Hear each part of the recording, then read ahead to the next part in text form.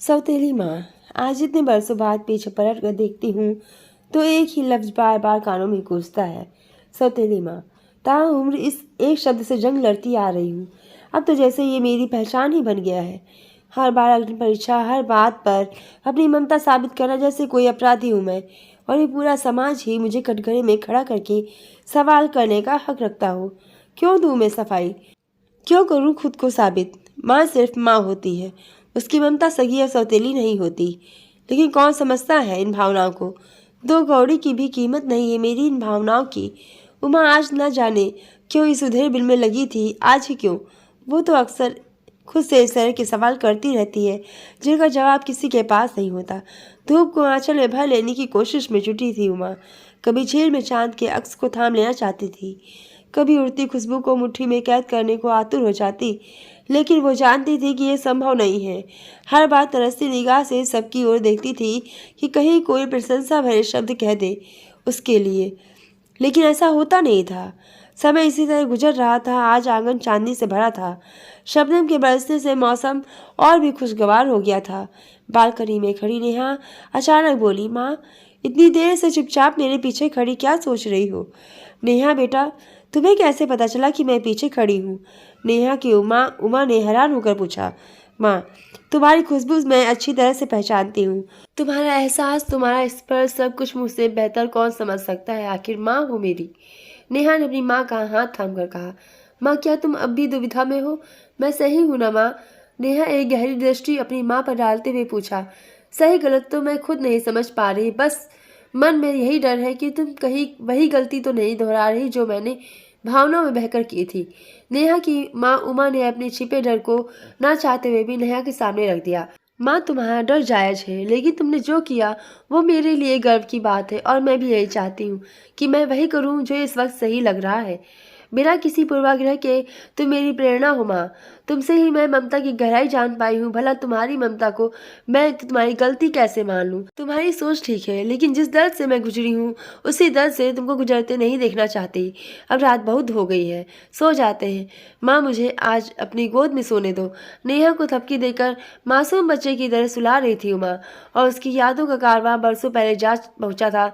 नई नई दुल्हन बनकर आई थी। अचानक ही उसकी जिंदगी में सब कुछ बदल गया था। शख्स को वो अब तक अपनी बड़ी बहन के पति के रूप में देखती आई थी, वो अब उसी की पत्नी बन चुकी थी।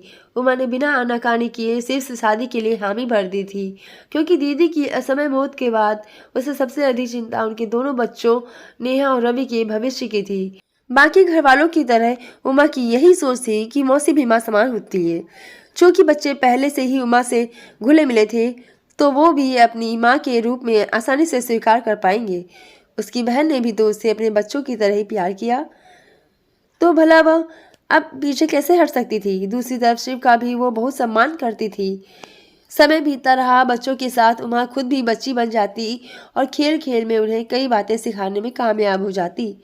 देखिए, इतना कुछ करने पर भी बात बात पर उसे सौतेली माँ का तमगा पहना दिया जाता।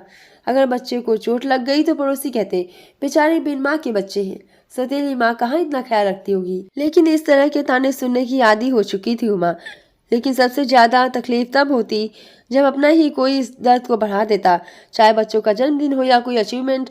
हर बार घर के करीबी रिश्तेदार यह कहने से पीछे नहीं हटते थे कि आज इनकी अपनी माँ जिंदा होती तो कितनी खुश होती।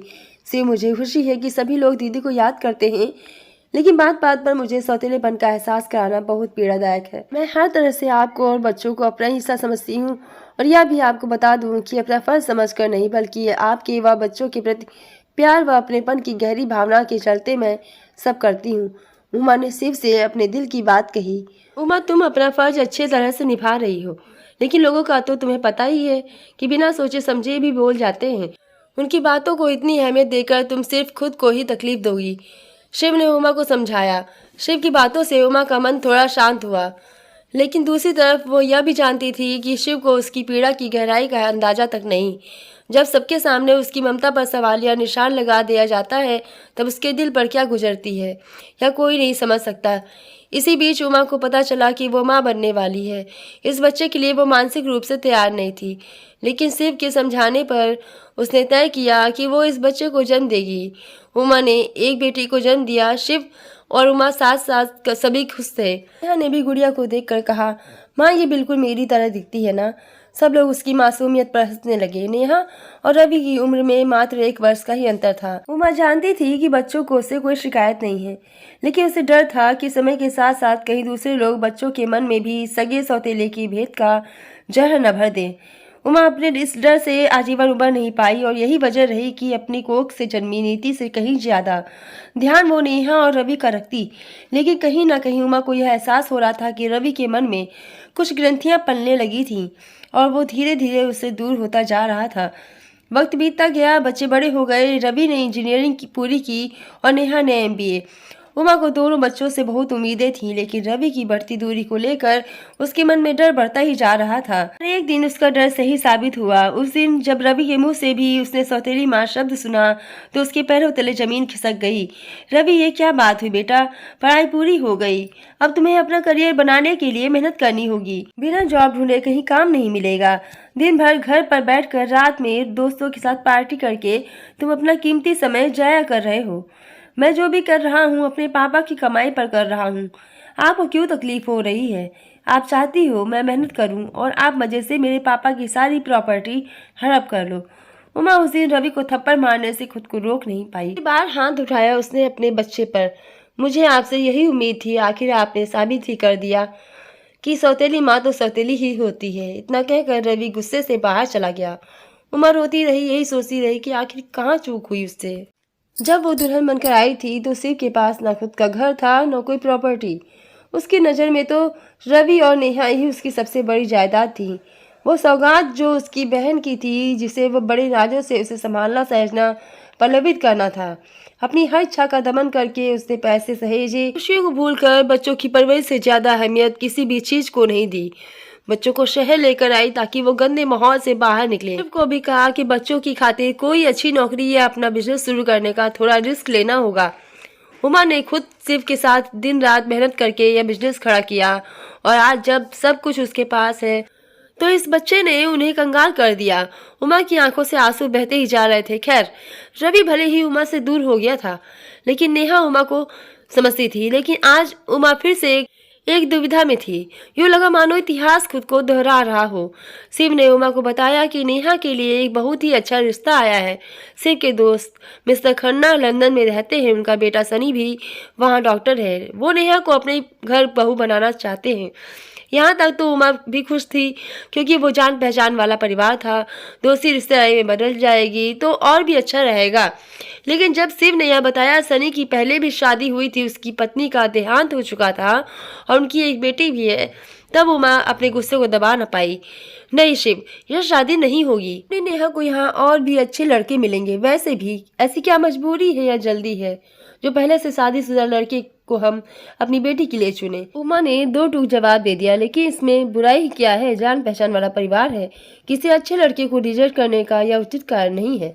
शिव ने कहा, शिव आप चाहें जो कहें, लेकिन मैं नहीं चाहती कि नेहा के रूप में एक और उमा पैदा हो, एक और सौतेली माँ का जन्म हो जो जिंदगी भर हर पल हर क्षण अपनी ममता की परीक्षा देती जाए। इतना कहकर उमा फुट फुट कर रो पड़ी। मैं इस शादी के लिए तैयार हूँ। नेहा की आवाज ने सबको चौंका दिया। नेहा ये क्या कह रही हो? होश में तो हो? उमा ने कहा। हाँ माँ, मैं सोच समझ कर यह फैसला कर रही हूँ। माँ, हमने जब से होश संभाला है आपको ही देखा है, आपको ही पाया। हर कदम पर साए की तरह आपने जिंदगी की धूप से हमें बचाया, अपनी नींदें कुर्बान करके हमें रात भर थपकी देकर सुलाया। फिर भी हर खुशी के मौके पर यहाँ आंसू बहाए जाते हैं कि आज हमारी सगी माँ होती तो ऐसा होता, वैसा होता। लेकिन कोई मुझसे पूछे, अगर हमारी सगी माँ भी होती तब भी हमारी इतनी अच्छी परवरिश नहीं करती जितनी आपने की है। मैं चाहती हूँ कि मैं भी आपकी आदर्शों पर चलूँ, बिल्कुल आपकी तरह बनूँ। और माँ सिर्फ माँ होती है, सगी और सौतेली ऐसे शब्द हमारे विचारों की गंदगी होते हैं। यह भी हो सकता है कि माँ इस शादी में सभी लोग कहें कि अगर सगी माँ होती तो शायद कुंवारा लड़का ढूंढती, लेकिन मैं ऐसे लोगों को बाहर का रास्ता दिखाने का साहस कर सकती हूँ अब, क्योंकि अब मेरे सब्र का बांध टूट गया है। उमा की आंखों से आंसू बहने लगे और दो बूंद सोती हुई नेहा की गालों पर गिर पड़ी। नेहा नींद से जगी, देखा उमा की आंखें नम हैं। क्या हुआ माँ, क्या सोच रही हो? उमा यादों को समेट कर वर्तमान में लौटी।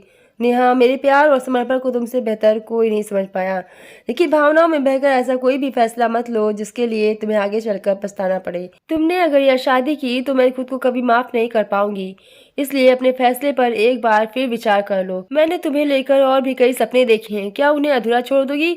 उस वक्त नेहा ने कुछ नहीं कहा। रात भर सिर्फ बिस्तर पर करवटें ही बदलती रही। फिर न जाने क्यों अचानक उसने टाइम देखा, 4 बज रहे थे, लेकिन शायद वो फैसला ले चुकी थी और इंतजार नहीं करना चाहती थी, इसलिए उमा के पास आकर बैठ गई। उमा भी कहाँ सो पाई थी इस बेचैनी भरे माहौल में। नेहा को देखकर चौंक गई। क्या बात है नेहा, इतनी सुबह कुछ कहना चाहती हो?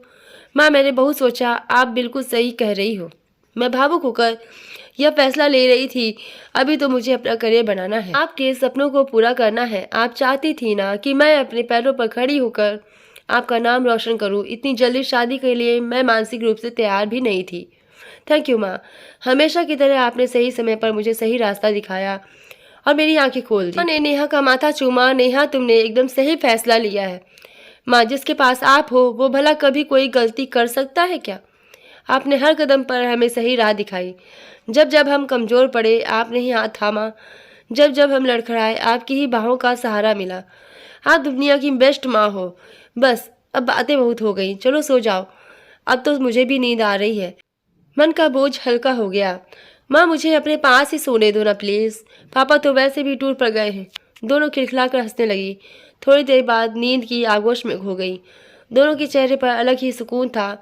कुछ ही देर में सुबह होने वाली थी और आज का सूरज नई उमंग, नई ताजगी लेकर आने वाला था। मेरी रात अपने साथ सारी शंकाओं को भी लिए जा रही थी। अपनी पूरी जिंदगी को अपने बच्चों के लिए न्यौछावर करने वाली इस सौतेली माँ के लिए आपके क्या विचार हैं? कमेंट में जरूर बताएं।